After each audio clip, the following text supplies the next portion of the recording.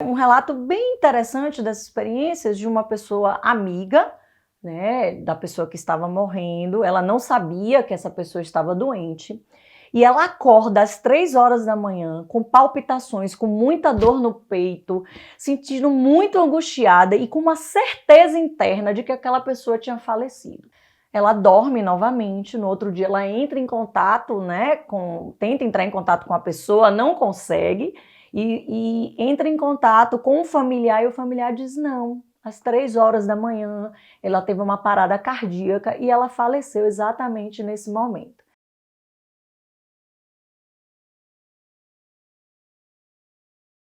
As experiências de final de vida, de acordo com Peter Fenwick, que é um importante autor da área, elas dizem respeito a um conjunto de fenômenos que acontecem em torno do processo de morrer. Geralmente meses ou alguns dias entre 24 e 48 horas antes do processo de morrer. E elas são experiências intrigantes, experiências que são relatadas há muito tempo na história e que parecem estar relacionadas com maior qualidade de morte, né? Esse autor, juntamente com a sua equipe lá no Reino Unido, eles pesquisaram muitos pacientes em final de vida em hóspices, que são casas de cuidado a pessoas que estão morrendo, e também estudou pessoas que estavam morrendo em casas de repouso. Nesse estudo, né, que foram uma série de 4 estudos, na verdade, ele começa a configurar um esquema sobre como se daria o processo de morrer. As experiências podem começar com premonições. Uma pessoa saudável ou uma pessoa em final de vida, ela pode prever, de alguma forma, ter uma sensação de que ela pode vir a morrer, de que ela pode vir, né, a falecer. Essas premonições podem acontecer com a própria pessoa ou com familiares e amigos próximos. Esse fenômeno é um pouco mais raro e se dá bem antes da possibilidade de morte.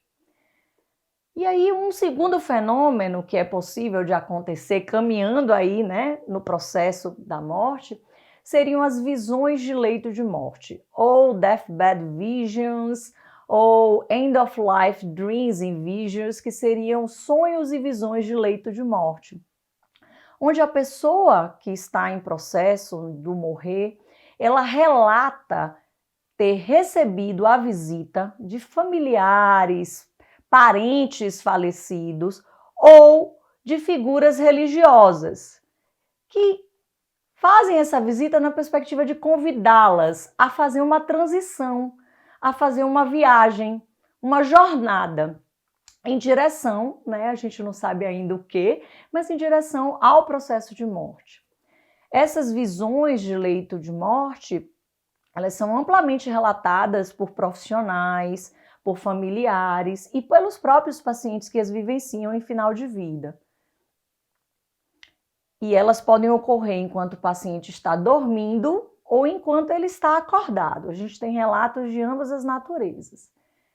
E elas desafiam um pouco, né, a nossa forma de perceber, porque a gente não sabe exatamente o que está acontecendo com esse paciente.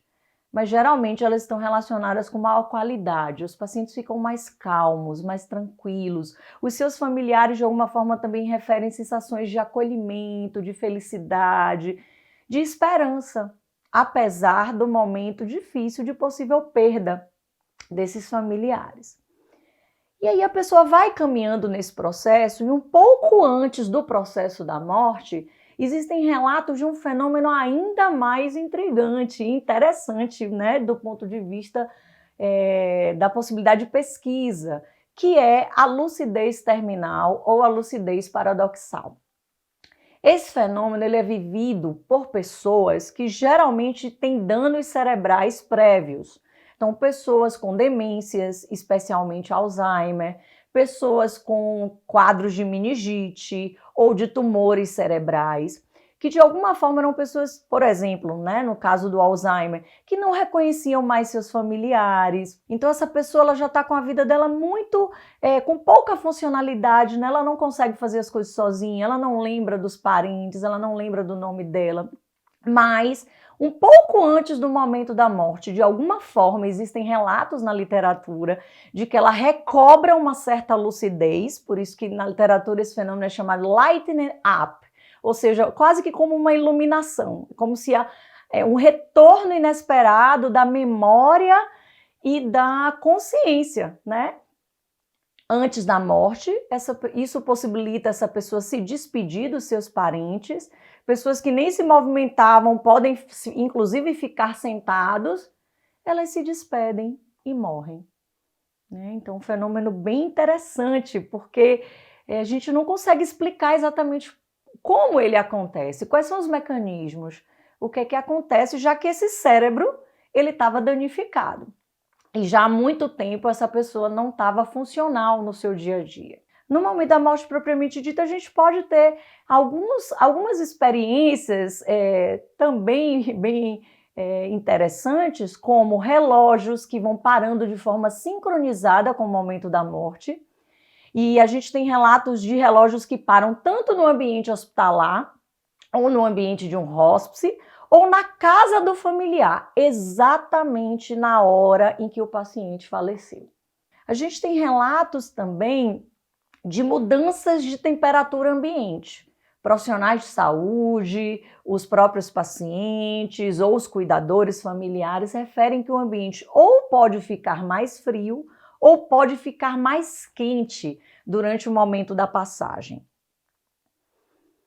Há descrições também na literatura de percepções por parte dos profissionais ou dos familiares de uma certa névoa, luz saindo do corpo do paciente, ou pelos pés ou pelas mãos, como se eles vissem, né, essa luz, essa névoa saindo pelo corpo do paciente.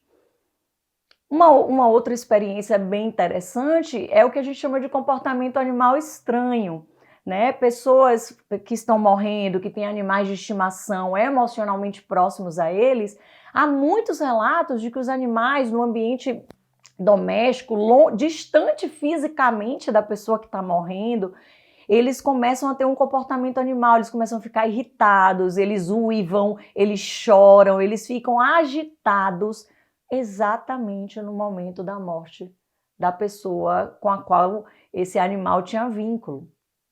E mais interessante ainda é que há muitos relatos do aparecimento inesperado de animais, inclusive dentro dos ambientes hospitalares, como borboletas, pássaros, no momento da passagem. E por fim, uma experiência bem importante, também descrita na literatura e intitulada, né, Coincidências de Leito de Morte, é uma experiência que acontece com pessoas que são emocionalmente próximas à pessoa que está morrendo, mas elas estão distantes fisicamente dessa pessoa, né? E muitas vezes essas pessoas, esses familiares, amigos, eles nem têm consciência, eles não sabem que a pessoa está doente, está hospitalizada, ou que ela pode ter tido um acidente grave. E como é que são essas experiências, né? Eu vou trazer um relato bem interessante dessas experiências de uma pessoa amiga, né, da pessoa que estava morrendo. Ela não sabia que essa pessoa estava doente. E ela acorda às 3 horas da manhã, com palpitações, com muita dor no peito, sentindo muito angustiada e com uma certeza interna de que aquela pessoa tinha falecido.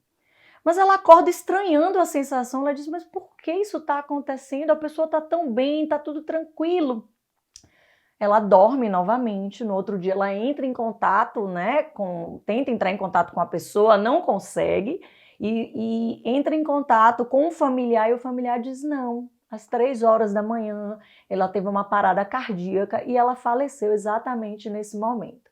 Então, são fenômenos intrigantes porque a gente não sabe explicar ainda, pelo nosso paradigma tradicional, materialista, como é que uma pessoa que está distante fisicamente, que não tem um conhecimento explícito de que a pessoa poderia estar doente ou ter um infarto e morrer, tem sensações, inclusive parecidas, de dor no peito, da pessoa que está falecendo e acorda com uma certeza interna de uma informação que chega por vias desconhecidas de que essa pessoa pode ter morrido, e quando ela vai conversar, procurar informações, essa pessoa realmente morreu. Então, essas experiências elas são muito importantes, porque elas fornecem informações que, posteriormente, elas podem ser confirmadas. E se elas forem confirmadas, a gente chama isso de percepções verídicas.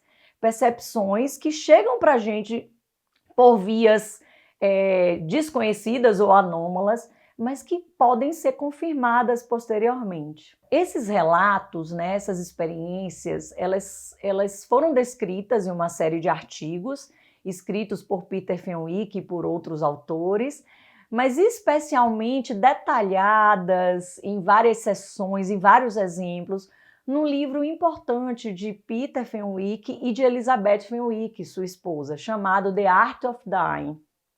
É um livro em que a gente tem uma série de exemplos sobre cada uma dessas experiências. E quem tiver interesse em conhecer melhor sobre essa temática seria uma referência muito importante.